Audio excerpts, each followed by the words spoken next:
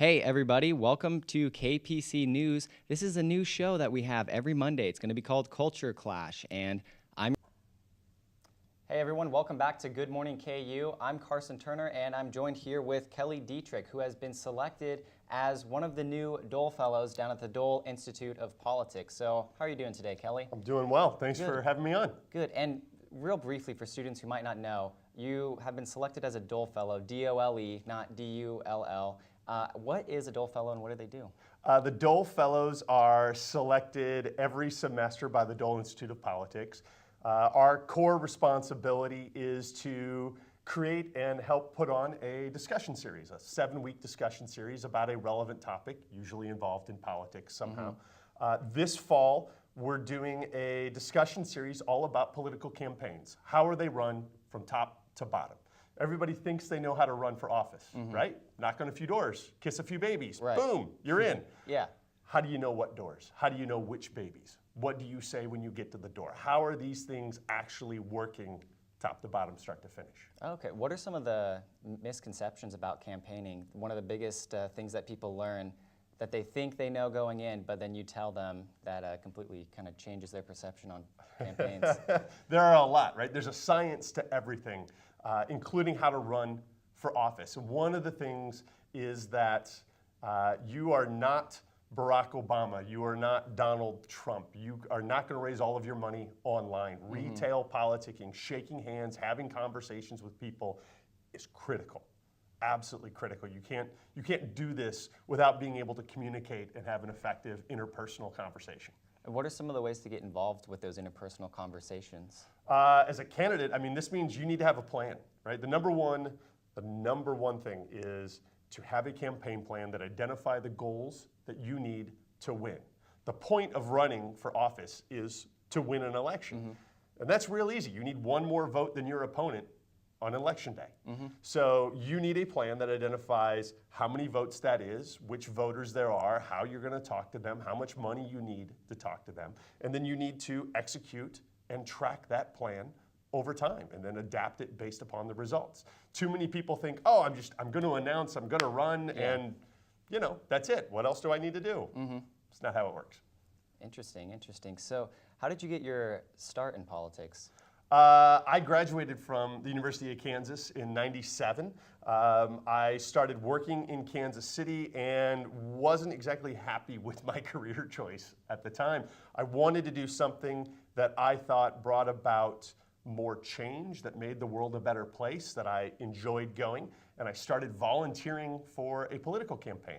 A gentleman named Dennis Moore was thinking about running, and I was his first volunteer working with his finance director at the time, and I fell in love with it. So I joined the Dennis Moore for Congress team. He won, he served several terms in Congress, but it started a career for me.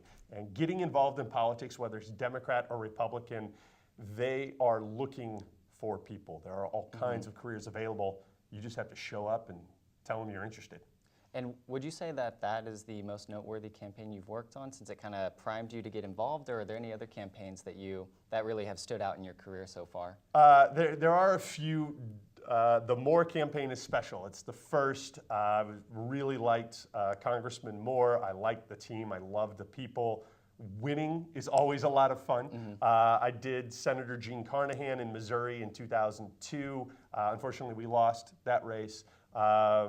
And there are a few others, but that first one with Dennis is super special. I like congressionals too, because if you get big, people often think of presidential campaigns, right?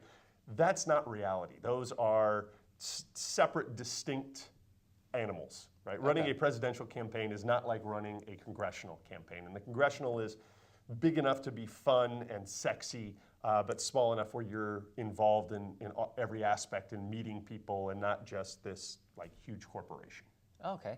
And I know that you started a campaign company and you emphasize on kind of new campaign strategies. So with the advancement of social media, what are some of the biggest changes that campaigns have had to face? Sure. So I started the National Democratic Training Committee. It is a federal PAC dedicated to providing free campaign training to any Democrat anywhere in the country. We don't make endorsements, we don't do issues. We simply want to lower the barrier of entry for anyone who wants to run for office as a Democrat. And we're expanding out to helping young people get involved in careers in Democratic politics and more.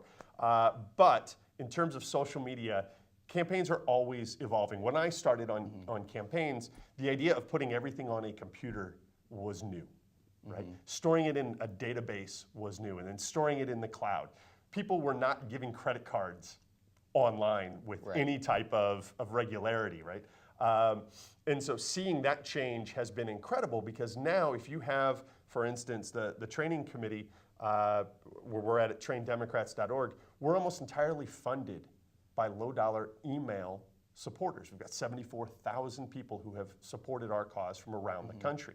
That's huge and really wasn't available as an option for funding even 5 years ago, 6 years ago. Social media and its acceptance and its influence at campaigns of any level is new and what we're dealing with. And that translates down, not just, everything usually starts at the presidential and then slowly, candidates are notoriously late adopters.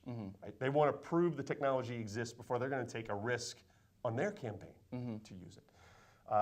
So I have lots of fun in talking with classes and groups about the coming social media change within the electorate. And that's to say, your generation has had social media their entire life. My generation, about 25, 30 years old is when I started using Facebook. My parents' generation, much older. So we're going to start seeing candidates who are running, who are younger, who all the dumb things they did that we all do are now documented online, right? And their opponent's going to take advantage of that. Your generation, I think, is going to be, I did stupid stuff too. My generation is going to be like, oh, that was kind of dumb. Why did you take a picture of it? My parents' generation are going to be a little more flabbergasted and outraged because they're not used to this, and that will change over time. So that's something we're watching, and will be interesting to see how the electorate adapts. And I know in terms of the state of Kansas, I think 2 or 3 candidates who have ran for governor have been under the age of 18. Have you noticed an increase in the younger generation getting involved in politics? So I have seen, they talk a lot about a blue wave happening this year. And look, I'm on the Democratic side, so I'm going to talk about the Democratic side. And from what we've seen, there are more candidates running than ever before. More than 40%. We've had 20,000 people register on our website for campaign training. More than 40% of those have been under the age of 40, and that's young in political terms. So yes, we see a big increase in across the board, but especially in younger generations, getting active, getting involved, making a blue wave potentially happen. The evidence is there that there are more candidates. But look, it's a national environment, and sometimes that swings left, sometimes that swings right. And in terms of more political involvement from our younger generation, what do you predict to be kind of the biggest issue for the Gen Z young students? So that's a great question. I know what I wish it would be, and then what it is remains to be seen. But you could think of, some people will claim it's climate change. Some people will claim it's some other issue.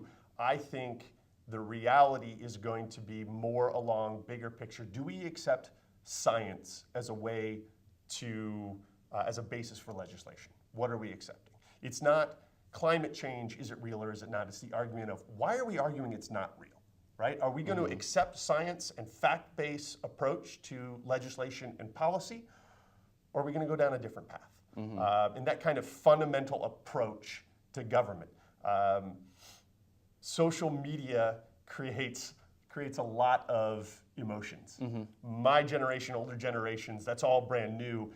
Your generation, that's just a given. You will handle it much better, I have a feeling, than we do. So it'll be interesting to see how that changes over time. And look, every generation, the major issues change as you grow older. Well, I've got student loans to pay off. Can that be an issue? Why aren't we providing free college for anyone who has earned it? health insurance. It's fantastic through Obamacare that everyone's allowed to stay on health insurance for, till they're into their 20s. That could be repealed if certain people have their way. That could be a major issue. And then what happens when you can't be on your parents' insurance anymore and as you get older, right? What are your options then? Okay. And I think that's all the questions I have for right now, but I've been following some of the current news, so I kind of want to get your take on this. I know President Trump tweeted about wanting to look into Google supposed censorship of social media figures. What do you think of potentially legislation being conducted to stop censoring, or do you think it's one of those things that has good intentions but then could easily be manipulated? Just what are your basic thoughts on that? I'm here representing the Dole Institute. Right. So that's a bipartisan, nonpartisan institute that really more students should get involved with because it's really cool, the programs they're putting on. I will answer that from a purely personal point of view. Yeah, absolutely. It's ridiculous, right? Okay. That opens up the door to government censorship. I'm just going to leave it at that. Yeah, people should go Google for themselves and make their own decision rather than hearing me spout off about my own personal point of view. We do not need government intervention in deciding what stories should be run. All right, that is all the questions that I have for you. Thanks for coming on. Hey, once again, thank you Kelly very much. Dietrich. And where can we reach you or get involved if we want to Absolutely. learn more about politics? You can absolutely go to the Dole Institute of Politics website, which is a fantastic place to get started. They have a student advisory board that's always looking for more people. If you're interested in democratic politics and learning more about my organization and me, you can go to traindemocrats.org. You can also find me and Train Democrats on Twitter and all the social media places. All right. Well, that's all we have for today. Thanks for tuning in to Good Morning KU.